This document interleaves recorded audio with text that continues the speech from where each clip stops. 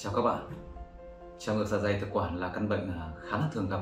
Nó chiếm tới 20% dân số và mặc dù không gây ra nguy hiểm đến tính mạng nhưng nó gây ra rất là nhiều phiền toái. Gần đây thì bọn mình thấy cái tình trạng trào ngược dịch mật lên dạ dày cũng là một mối quan tâm rất lớn của mọi người. Rất là nhiều người bạn hỏi mình là cái vấn đề trào ngược dịch mật nó có nguy hiểm hay không, nó có gây ung thư hay không. Hôm nay bọn mình sẽ chia sẻ với các bạn là một trường hợp vừa có trào ngược dạ dày thực quản, vừa có trào ngược dịch mật. Xin mời các bạn.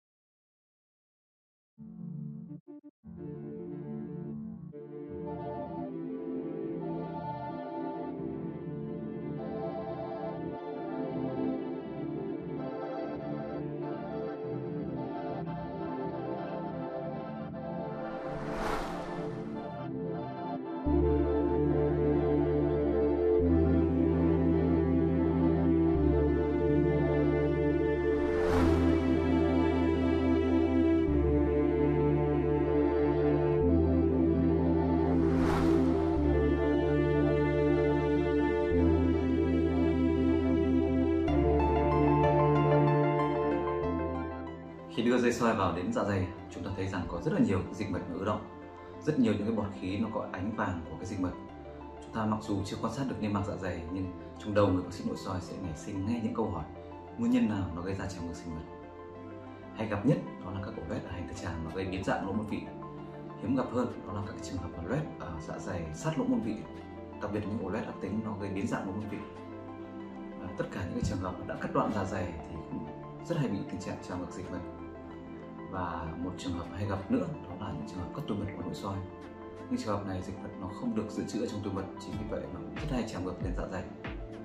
Hiếm gặp hơn thì những cái trường hợp mà viêm dạ dày cấp rất hay bị tình trạng dịch mật nó trào ngược lên, nhưng số lượng nó không nhiều.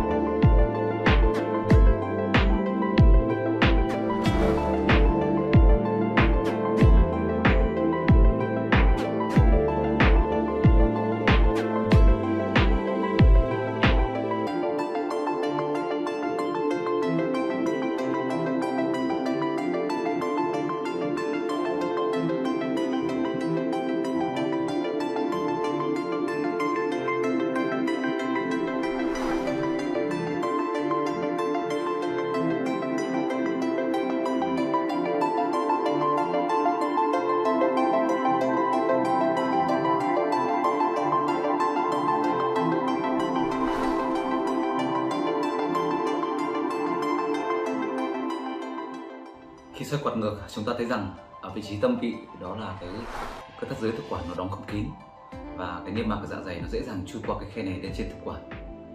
Khi soi từ trên xuống, chúng ta cũng thấy rằng cái đường Z nó là cái ranh giới biểu mô trụ của dạ dày và biểu mô vảy của thực quản, nó cũng đã bị kéo lên trên cao so với khe thực quản cơ hoành.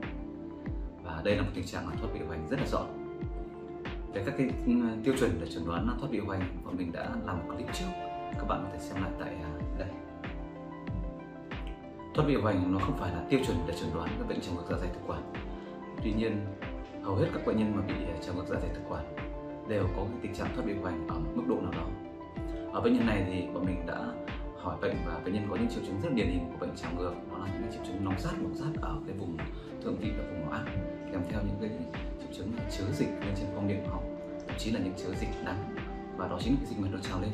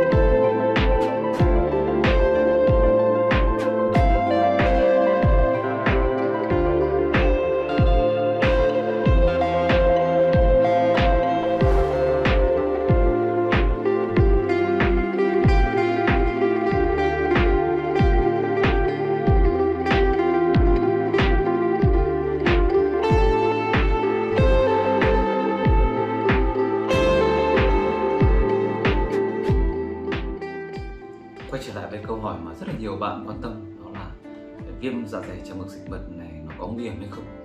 Và mình chia sẻ với các bạn rằng viêm dạ dày không có gì là nguy hiểm, không phải là bệnh ác tính, nó không có gây nguy hiểm đến tính mạng của chúng ta. Tuy nhiên, tình trạng dịch mật trào ngược kéo dài nó có thể gây ra tình trạng viêm teo niêm mạc dạ dày, sau đó là những giai đoạn loạn sản, dị sản ruột và nguy cơ ung thư về sau. Chính vì vậy mà chúng ta cũng không việc gì phải lo lắng về nó cả. Chúng ta chỉ việc tập trung điều trị và làm đúng theo hướng dẫn của bác sĩ.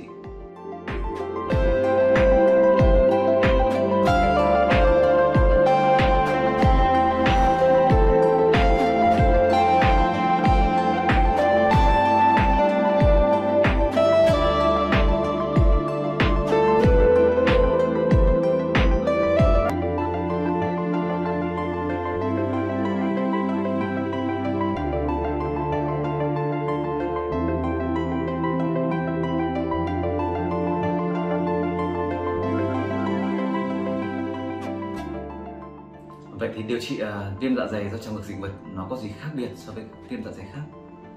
Thực ra thì cũng không có một cái tài liệu hay một cái phác đồ điều trị nào đặc biệt dành cho viêm dạ dày trào ngược dịch mật. Nó cũng tương tự như các cái viêm dạ dày khác. Chúng ta sẽ phải điều trị tình trạng nhiễm khuẩn HP bằng kháng sinh nếu chúng ta có nhiễm HP. Bệnh nhân này thì không có nhiễm HP cho nên là bọn mình sẽ không điều trị nhiễm HP. Chúng ta sẽ phải dùng các thuốc giảm tiết dịch axit ở dạ dày bằng các thuốc ức chế bơm proton như là esomeprazole, pantoprazole, rabeprazole hay là omeprazole. Có thể chúng ta kết hợp hoặc là dùng đơn độc các thuốc kháng histamine H1 như là ranitidine, famotidine, cimetidine. Một số ít các trường hợp mà điều trị thông thường không có hiệu quả hoặc trào ngược dịch mật nhiều, chúng ta có thể sử dụng các thuốc nó gấp dịch mật, đó là các chế phẩm có chứa axit oxodeoxycholic như là Questran hay Colistit ở trên thị trường.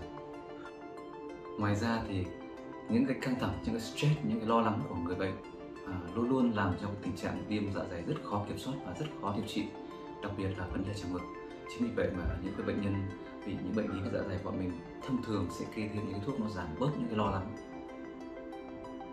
Một điều không thể thiếu để điều trị thành công vấn đề trào ngược, cả trào ngược dạ dày thực quản cũng như là trào ngược dịch mật, đó là chúng ta phải thay đổi lối sống, thay đổi những cái thói quen không tốt và chúng ta nên xây dựng những cái lối sống lành mạnh. Về các cái phương pháp điều trị không dùng thuốc để điều trị trào ngược mình đã giới thiệu ở clip trước, các bạn có thể xem lại tại đây.